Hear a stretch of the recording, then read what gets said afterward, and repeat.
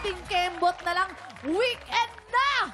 At hindi lang basta-basta weekend, it's another long weekend dahil National Heroes Day po sa Lunes. Ayun! Yes, Excited pa oo naman. Pero bago tayo magkanya-kanyang ganap ngayong long weekend, samahan niyo muna kami today sa isang nakaka-good vibes na kulitan at kantahan together with our very special guests, Anthony Rizaldo and Cheryl Cruz! Tiktropa mag-ingat! Let's go! Hey! Hey! Hey! Hey! Hey! Hey! Hey! Hey! Hey! Hey! Hey! Hey! Hey! Ayan, Samahan niyo let's po kami go. dito. Diba?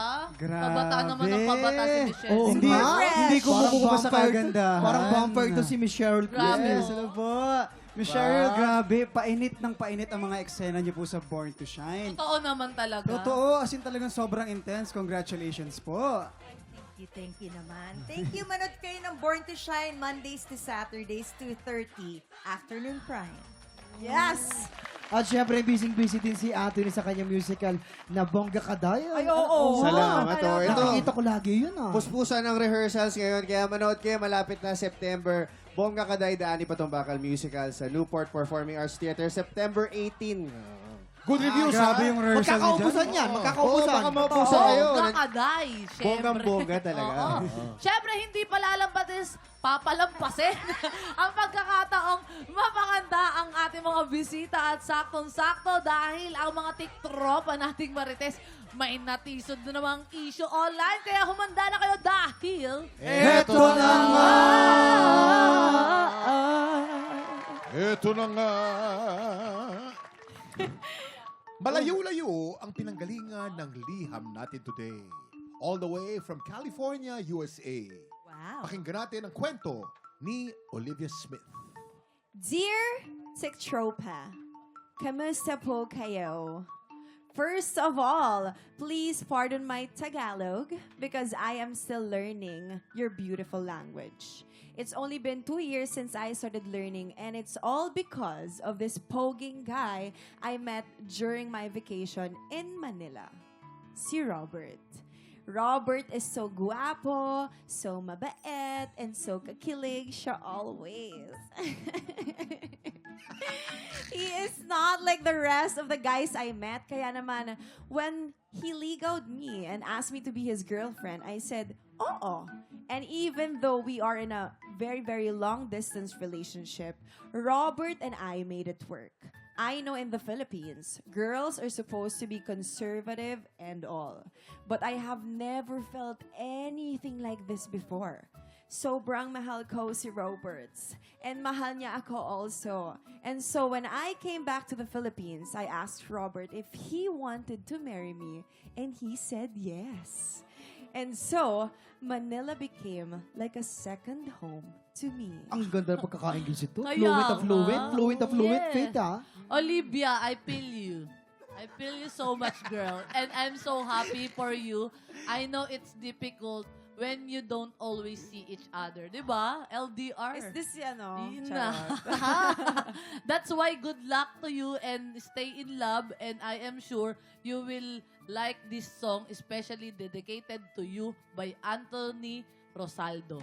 Yeah. Maraming beses na kita nilayasan,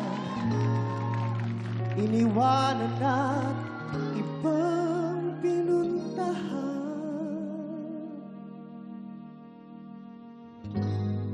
Parang babae, ang hirap talaga malimutan.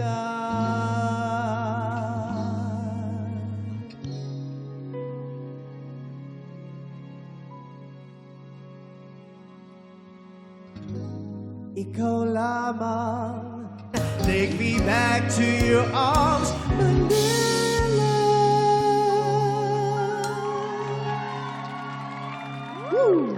Grabe si Anthony. Iba yung Iba din talaga, no? Kahit yung boses niya may Oo nga. muscles eh.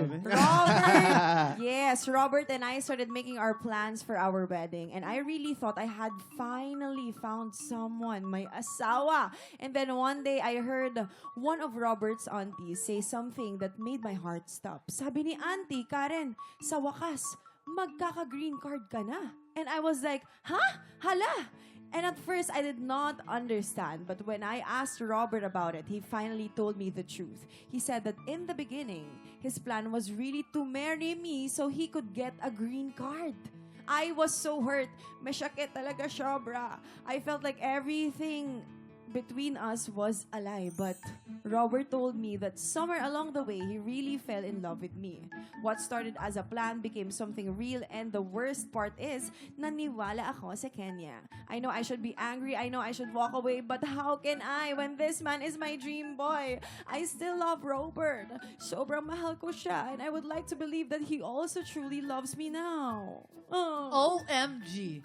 Hugs to you, Olivia. I hope that, basta, sana magkaroon ka na lang ng happy ending sa kwento mo. Ay, kung hindi mo ko maintindihan, i-Google Translate mo na lang lahat ng sinabi ko, ha? Isama mo na rin i-Google Translate this song na super bagay sa taong in love like you, like us. Mula sa nag-iisang Miss Cheryl Cruz.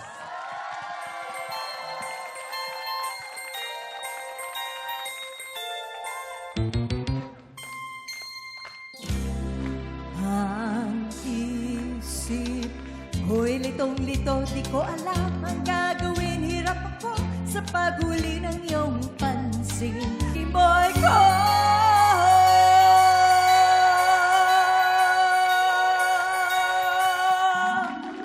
Wow! Thank you! Never kumupas. So, heto na nga mga Oh. titropa. I don't know what to do. Should I still marry the man I love even if our love story started with a lie?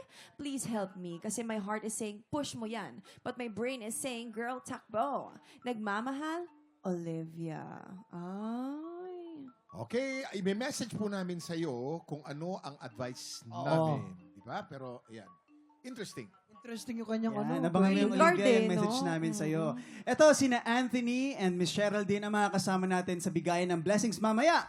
Up next, may matinding paandar din ng Teen Clashers ng The Clash Teens. Susunod na yan sa pagbabalik ng TikTok Live! Hershey!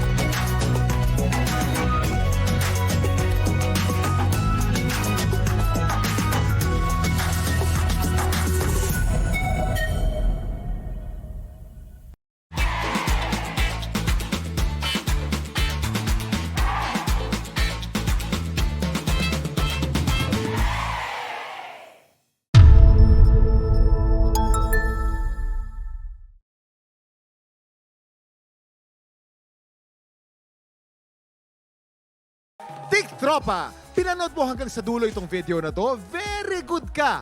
For more happy time, watch more TikTok Clock videos on our official social media pages and subscribe to GMA Network official YouTube channel.